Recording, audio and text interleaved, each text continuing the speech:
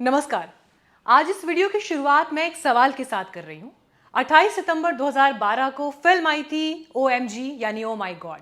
अक्षय कुमार, परेश रावल, मिथुन चक्रवर्ती, गोविंद नामदेव जैसे दिग्गज कलाकारों ने फिल्म में काम किया और फिल्म उस समय की ब्लॉकबस्टर रही।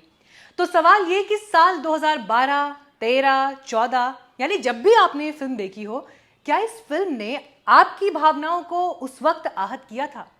जवाब मुझे मत दीजिए, खुद सोचिए, मन में रखिए और चिंतन करिए। लेकिन यह सवाल आज इसलिए रेलेवेंट है क्योंकि ओ माई गॉड 2 का ट्रेलर सामने आया, जिसमें पंकज त्रिपाठी की आवाज में आप आस्तिक और नास्तिक के बीच के फर्क को सुनते हैं और फिर यह सुनते हैं कि भगवान नास्तिक में फर्क करते हैं ना नास्तिक में। और डायलॉग के फौरन बाद गंगा जी से डुबकी लगाकर बड़े आर्टिस्टिक तरीके से उभरते हुए आपको अक्षय कुमार ट्रेलर में दिखाई देते हैं, जो भगवान शिव अगर कलयुग में प्रकट हो जाएं तो कुछ ऐसे ही दिखेंगे आएंगे। शायद यह भाव देने की कोशिश फिल्म मेकर्स ने की है।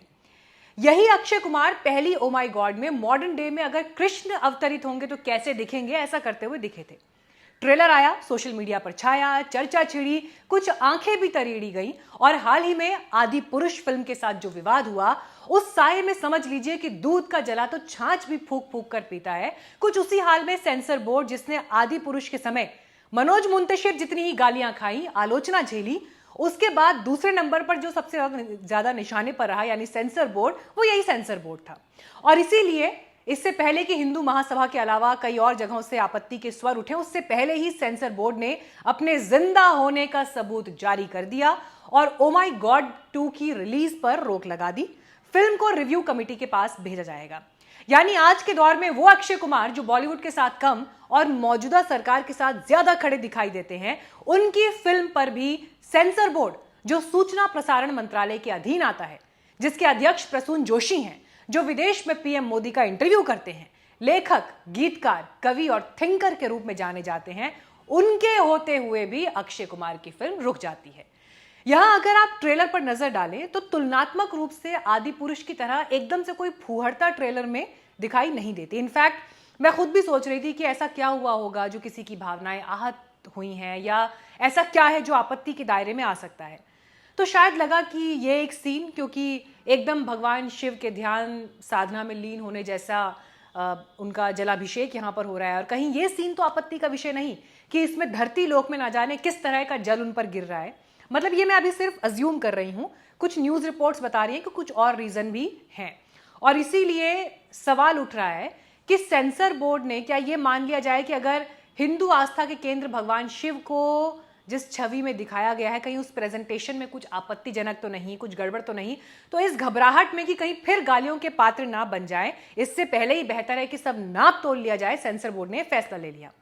लेकिन सवाल सिर्फ OMG 2 का नहीं बल्कि भावनाएं आहत होने का है। और अब जहां भगवा बिकनी पर बवाल हो सकता है, तो वहां कब किस बात पर भावनाएं आहत हो जाएं कोई नहीं कह सकता। वरना जाने भी दो यारो जैसी क्लासिक कल्ट फिल्म, उसमें व्यंग्यात्मक तरीके से जैसे रामायण का क्लाइमेक्स दिखाया गया, क्या वो आज संभव है? क्या आज वो फिल्म बना दी तो चल पाएगी? शायद नहीं। पठान बनेगी तो विवाद होगा, कश्मीर फाइल्स बनेगी तो विवाद होगा, आर्टिकल 19 बनेगी तो विवाद होगा, 72 हूर बनेंगी तो विवाद होगा। यानी हर फिल्म कई कसौटियों पर परखी जाएगी। सिर्फ आदि पुरुष ही इसमें अपवाद है, जिसे रिजेक्ट करने में ना धर्म आड़े आया, ना जाति, ना विचारधारा, ना क्रिएटिव फ्रीडम। और यहां इस बात से भी इनकार नहीं किया जा सकता कि अगर हिंदू धर्म से जुड़े प्रतीकों पर फिल्म मेकर्स ने अब तक इतनी लिबर्टी ली है, जबकि उससे उलट हम देखते हैं कि इस्लाम हो या क्रिश्चियनिटी, शायद उंगली पर गिनाने लायक उदाहरण भी नहीं है जहां धार्मिक प्रथाओं, प्रतीकों और गॉड फिगर्स पर कोई टिप्पणी या आलोचना उतनी फ्रीली की गई हो। और विदेशों में जब ऐसे कार्टून, फिल्म या आर्टिकल तक छपे हैं तो क्या हुआ वो आप सब जानते हैं। यानी हिंदू समाज उतना सहिष्णु रहा है कि उसने पीके फिल्म में शिव के स्वरूप वाले कलाकार को दौड़ते, भागते, छिपते बर्दाश्त किया। जाने भी दो यारों ओ माई गॉड जैसी फिल्मों में मंदिर में दूध चढ़ाने जैसे सीन्स को वेस्टेज बताना भी स्वीकार किया। और फिर आदि पुरुष तो आपको याद ही है। लेकिन अब वही सहिष्णु हिंदू समाज भी सवाल पूछ रहा है, डंके की चोट पर कह रहा है कि राम, कृष्ण, शिव और दुर्गा का उनके मूल स्वरूप से इतर चित्रण हम बर्दाश्त नहीं करेंगे। अब आस्था फिल्म का विषय नहीं है। तो इसीलिए सवाल है कि क्या अब वो दौर आ गया है कि जहां पर फिल्म मेकर अब वही फिल्में बनाएं जो धर्म से, राजनीति से, मौजूदा परिस्थितियों से दूर हों।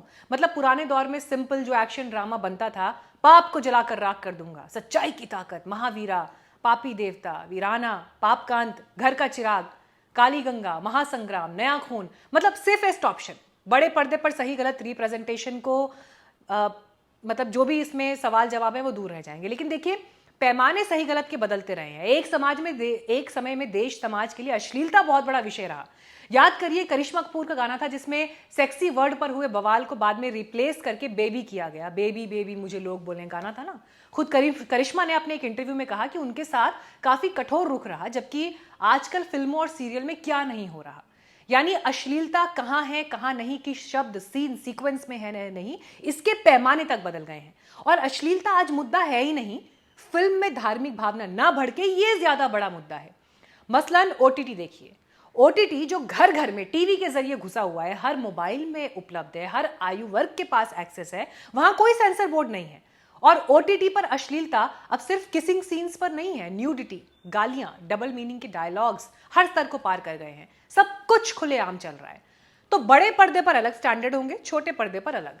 और फिर सवाल नए दौर के उन फिल्म मेकर्स का भी है जो नई कहानियां कहना चाहते हैं, जो कहानियां पुराने दायरों को तोड़ती हों, जो क्रिएटिव लिबर्टी के नए दरवाजे खोलती हों, जो अंतर्राष्ट्रीय स्तर पर अपने यूनिक कंटेंट के लिए पहचानी जाएं। तो फिर उन फिल्म मेकर्स के लिए आज के दौर में क्या संभावनाएं हैं, जिन्हें भावनाओं के आहत होने के ख्याल को दिमाग में पहले रखना होगा और फिर जाकर जो है फिल्म बनानी होगी। वैसे आदर्श स्थिति तो यह है कि हर तरह की फिल्म बने, बगैर रोक टोक बने और दर्शक की अदालत पे उसका फैसला हो। लेकिन यह संभव तब होगा जब इसके लिए दर्शक भी उतने खुले दिमाग के साथ फिल्म और कंटेंट को देखने और जज करने की स्थिति में हो। लेकिन इसके साथ ही फिल्म मेकर को भी उतना मैच्योर होना होगा कि जहां वो अपने देश और समाज की परंपराओं को पर्दे पर उतारने का फैसला करे तो वो प्रोडक्ट, वो फिल्म, वो सिनेमा आदि पुरुष नहीं बल्कि कांतारा जैसा बने। तो उम्मीद यही, इस डिस्कोर्स के जरिए हम एक बेहतर समाज बनाएं, फिल्मों, कंटेंट, सिनेमा, कहानियों पर और खुलकर चर्चा करें, एक दूसरे का विरोध भी करें, आलोचनाओं को भी स्वीकार करें, क्योंकि चर्चाओं से अक्सर बेहतर रास्ते और बेहतर उम्मीदें निकलती हैं। अगर ये वीडियो आपको पसंद आया हो तो फीडबैक जरूर दें। ओ माय गॉड के टीजर पर आप क्या सोचते हैं, बैन पर आप क्या सोचते हैं, इस पर भी फीडबैक दें। और हमारे चैनल को खूब प्रमोट करें, अपने दोस्तों के साथ शेयर करें, रिलेटिव्स के साथ शेयर करें। हम ये कंटेंट इसी ईमानदारी और आज़ादी के साथ बनाते रहें, इसके लिए हमें आर्थिक रूप से आप सहयोग ज़रूर करें। चाहे तो सुपर थैंक्स खरीद कर आप इस वीडियो को सपोर्ट कर सकते हैं, या फिर आप चैनल के मेंबर बन सकते हैं और जितनी आपकी श्रद्धा हो उस हिसाब से आप आर्थिक रूप से हमें सहयोग भी कर सकते हैं। समय देने के लिए, वीडियो देखने के लिए बहुत धन्यवाद। Thank you so much.